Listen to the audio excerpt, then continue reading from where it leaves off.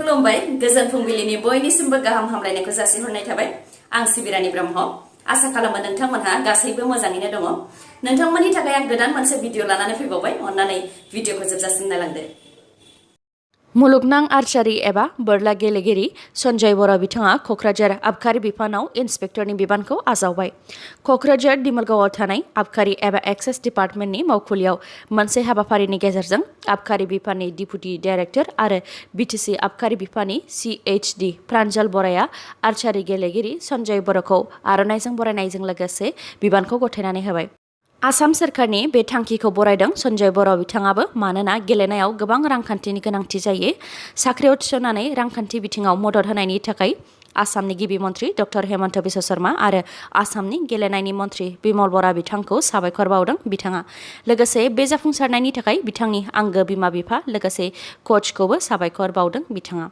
आसाम सोरखारा बिथांनो साख्रिनि बिबान होदोंब्लाबो बिथाङा बांसिनै गेलेनायावनो गोसो होगोन होननानै फोरमायथियो।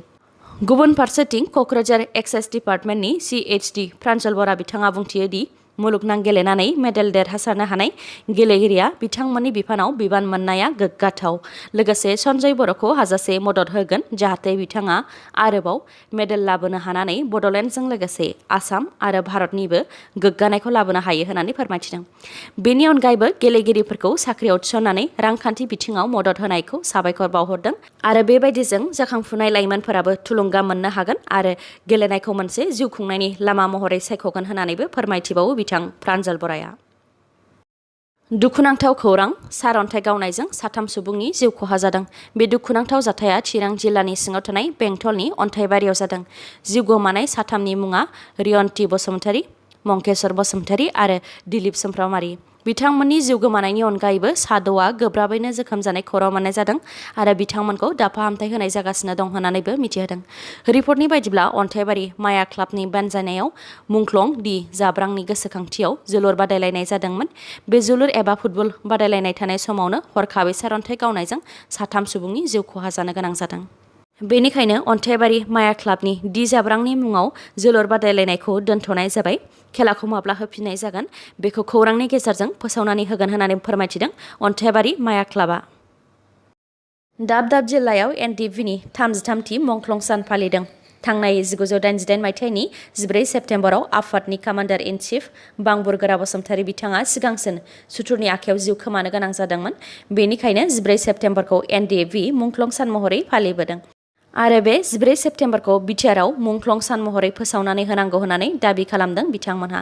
लोगोसे बिथांमोनहा फोरमायथिबावदों दि बिटिआर गोरोबथाखौ गोजोन गोरोबथा होननानै साननानै लानो हाया मानोना बिटिआर गोरोबथानि सागानगिरि आरो बारग' NDVनि गायसनगिरि आफादगिरि रन्जन दैमारि बिथांजों लोगोसे गोबां एक्स NDVनि सोद्रोमाफोरा दासिमबो जोबथेसालियावनो जोबजानानै दङ। बेनि अनगायैबो फोरमायथिबावदों दि रन्जन दैमारि बिथांजों जोबथेसालियाव थाफानाय 5 एक्स NDVनि सोद्रोमाफोर जाय गबोदोंमोन बिथांमोनखौबो सोरखारनि उखिला हगारनो नाङा होननानैसो हेंथा होदोंमोन।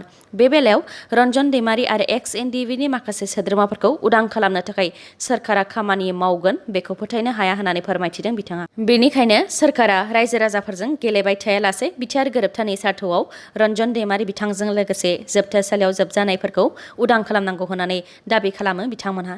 बेफोरनि अनगायैबो बारग' NDVआव 5,000 सोद्रोमाफोरा मुंख्लं जादों नाथाय बिटिआर गोरोबथानि गेजेरजों मुंख्लं नखरफोरनो 5 लाख राङै अनसुंथाइ होनाय लिरनाय थासेयावबो मिरु नखर मन्त्रि अमित शाह बिथाङा दिनैसिमबो 40 मुंख्लं नखरनि सुबुंफोरनोल' रांनि अनसुंथाइखौ होदों गुबुनफोरनो दासिमबो होआखै होननानै फोरमायथिदों बिथांमोनहा। बेनिखायनो बेखौबो थाबैनो होफुंनो थाखाय आसाम सोरखारखौ खावलायदों। लोगोसे बेनि थाखाय BTC सोरखारनाव दाबि खालामब्लाबो जेबो मुलाम्फा जानाय नङा मानोना BTC सोरखारा होनो हाखानाय नङा आरो आसाम सोरखारखौबो नारसिननो हाखानाय नङा होननानै बुंथिबावो बिथांमोना। आरो दासिमबो BTCनि थाखाय आसाम सोरखारनिफ्राय रां रिलिज खालामाखै होननानैबो बुंथिबावदों बिथांमोनहा। आसाम सोरखारा साख्रिनिफ्राय आजिरा मोननायफोरनो गोख्रै आरो जेबो जेंना गैयालासे पेन्सन होनो थाखाय राहा लादों। साख्रिनिफ्राय आजिरा मोननायफोरनो गोख्रै आरो जेंना गैयालासे पेन्सन होनो थाखाय डाइरेक्टरेट अफ पेन्सनजों सावरायलायदोंमोन होननानै फोरमायथिदों डक्टर हेमन्त बिश्व शर्मा बिथाङा आरो दानिफ्राय दान मोनसेयाव 1500 पेन्सननि केसखौ सुस्रांनानै होनो थाखायबो आसाम सोरखारा डाइरेक्टरेट अफ पेन्सनखौ बिथोन होदों। बेनि अनगायैबो रायजोआव पेन्सननि खामानिखौ पेपारलेस खालामनो थाखायबो राहा लादों होननानै फोरमायथिदों बिथाङा। बेनि थाखाय आसाम इलेक्ट्रनिक्स डेभेलपमेन्ट कर्परेसन लिमिटेडखौबो कृतज्ञता आरो एमट्रन पेन्सन पर्टेलफोरनि गेजेरजों ट्रेजारि अफिसजों लिंक खालामनो थाखायबो बिथोन होबाय होननानै फोरमायथिदों डक्टर हेमन्त बिश्व शर्मा बिथाङा। बेनि अनगायैबो आजिरा मोननाय सानावनो पेन्सन होनो थाखायबो आसाम सोरखारा खामानि मावगासिनो दं होननानैबो फोरमायथिबावो डक्टर हेमन्त बिश्व शर्मा बिथाङा। आरो बेफोर गासै खामानिखौ 1 जानुवारिनिफ्रायनो जागायजेनगोन होननानै फोरमायथिनायजों लोगोसे डक्टर हेमन्त बिश्व शर्मा बिथाङा फोरमायथिबावदों दि पेन्सन पर्टेलखौ बिथांमोनहा ओरैबायदि आपडेट खालामनो नाजादों जेराव रिटायार जानायनि 6 दान सिगांनो पेन्सननि डकुमेन्टफोरखौ पर्टेलाव आपल'ड खालामनो हागोन जाहाथे रिटायार जानाय समाव बिथांमोनहा पेन्सन डकुमेन्टजों लोगोसे रिटायारखौ जानो हायो। राजखान्थियाव रावखौबो फोथायनो नाङा बे खोथाखौ फोरमायथिदों आयेन आफादनि बुंथिगिरि बिश्वजित दैमारि बिथाङा। गोबांनि गोसोआव सोंलु सोमजिदों दि प्रमद बर' आरो हाग्रामा महिलारि बिथांनि गेजेराव सुथुर सोनानै होनानै फैगौ 5 बोसोरनि गेजेरावनो BTCआव BJPनिफ्राय चिफ बानायनो सिमां नुदों होननानै। बेनि सायाव खौरांगिरिनि सोंथियाव बिश्वजित दैमारि बिथाङा बुंथिदों दि राजखान्थियाव बयहाबो गावनि दोलोखौ फोथांनानै लाखिनो सोलो खालामबाय थायो। सासे आबादारिया जेरै आबाद फोथाराव मा आबाद मावनानै मुलाम्फा मोननो हागोन, माबोरै नखरखौ साबसिन जाहोनो हागोन बेनि सोमोन्दै सानो, थिग बेबायदिनो राजखान्थियावबो रायजो राजाफोरखौ गोजोन होनानै माबोरै देरहालांबाय थानो हागोन बेखौसो सानो। BTCआव UPPA दोलोजों BJPआ एलायन्सआव दंब्लाबो BJP दोलोआबो सोलो खालामबाय थागोन। UPPLआबो खालामनांगौ आरो BPFआबो गावसोरखौ फोथांनानै लाखिनो थाखाय सोलो खालामखागोन होननानै फोरमायथिनायजों लोगोसे राजखान्थियाव रावबो दोलोखौनो फोथायनो नाङा। सोरबा दोलोआ गुबुन मोनसे दोलोनि थाखाय मोजां खालामगोन बेखौ दासान। गासैबो दोलोआनो गाव गावनि मुलाम्फाखौसो नायो होननानै फिननायखौ होदों बिथाङा। बिटिआर गोरोबथानि गेजेरजों मोनफुंनो हानाय BKWACनि EMGMफोरा दासिमबो नांगौबायदि गोहोखौ मोननो हायाखै। सासे थिखादार बायदियैसो खामानि मावगासिनो दङ आरो बर'नि जारिमिनाव 750 बर' दैदेनगिरिफ्रा नेशनेल पार्टियाव जइन जानाय गैफेरामोन। बेयो सोरनिबा गोरोन्थि दैदेननायावसो जाफ्लांदों बायदि बायदि सावरायलायनायनि सायाव बिथां बिश्वजित दैमारिया फिननाय होदों दि राजखान्थिया हारि धोरोमजों जेबो सोमोन्दो गैया। बेनि अनगायैबो बिथाङा बुंथिबावदों दि बड'लेण्डआव दा मोनसे गाज्रि बारहावा सोलिदों। रावबो दैदेनगिरिखौ गनायनानै लानो नागिरा, रावबो गुबुननि खामानि मावनायखौ नायनो हाया। बेनि थाखायनो बर'फोरा लामा आन्दायनानै दङ।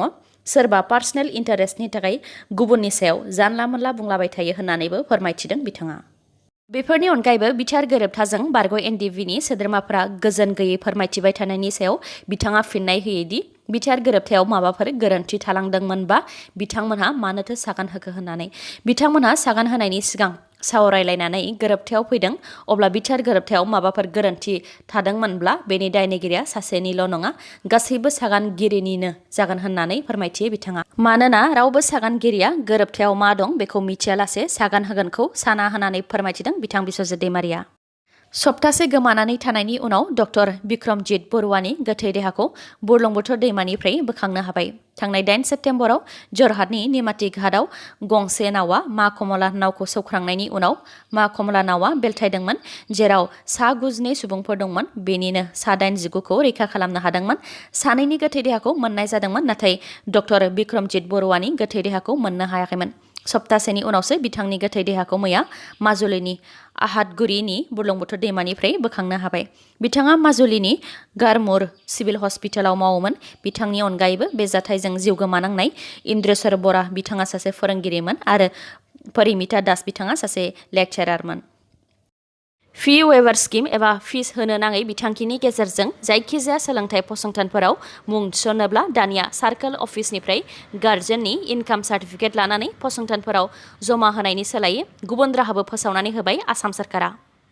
सेथियाव दङ फरायसाफोर जायफोर फि वेभार स्किमनि गेजेरजों सोलोंथाइ फसंथानफोराव मुं थिसनगोन।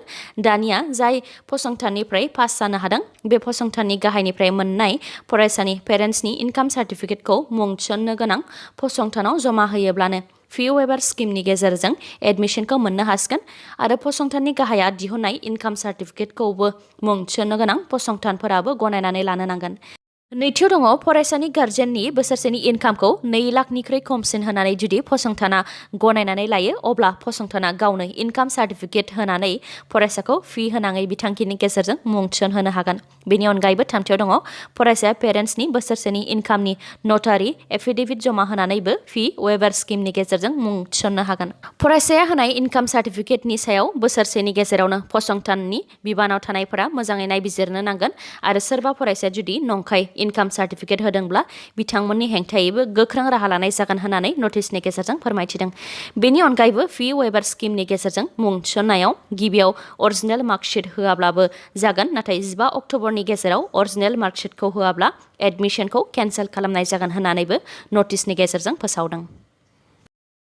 दिल्ली पुलिसनि स्पेशल सेलआ सा 6 उदखारिफोरखौ हमनो हादों। गुबुन गुबुन इन्टेलिजेन्स सेलनिफ्राय खौरां मोननायनि सायाव बिथा खालामनानै दिल्ली पुलिसनि स्पेशल सेलआ राजस्थान, यूपी आरो दिल्लीनि दाब दाब जायगायाव अपारेशन खालामदोंमोन। बेनिफ्रायनो बिसोरखौ हमनो हादों। हमजानाय सा 6नि मादाव 2आ पाकिस्ताननिफ्राय ट्रेनिं लानायमोन आरो बिसोरनि थांखिया हादराव जानो गोनां फोरबोआव दाब दाब जायगायावनो बम बेरहोनायमोन। हमजानायफोरनि मुङा जान मोहम्मद शेख, ओसामा मलसान, जशन कमर, मोहम्मद आबू बकर आरो मोहम्मद आमिर जावेद। पुलिसफोरा बिसोरनिफ्राय 2 आखाइजों बानायनाय ग्रेनेड, 2 आईईडी, 1 किल'ग्रामनि RDX आरो पिस्टल हमनो हादों। दिनैनि भिडिअ'आ एसेनोसै। गाबोन आरो गोदान भिडिअ'जों लोगो मोनफिनबावगोन। नोंथाङा दासिमबो आंनि चेनेलखौ साबस्क्राइब खालामाखैबा अन्नानै साबस्क्राइब खालामदो, लोगोसे लाइक, कमेन्ट आरो शेयार खालामनो दाबाव। गोजोन्थों।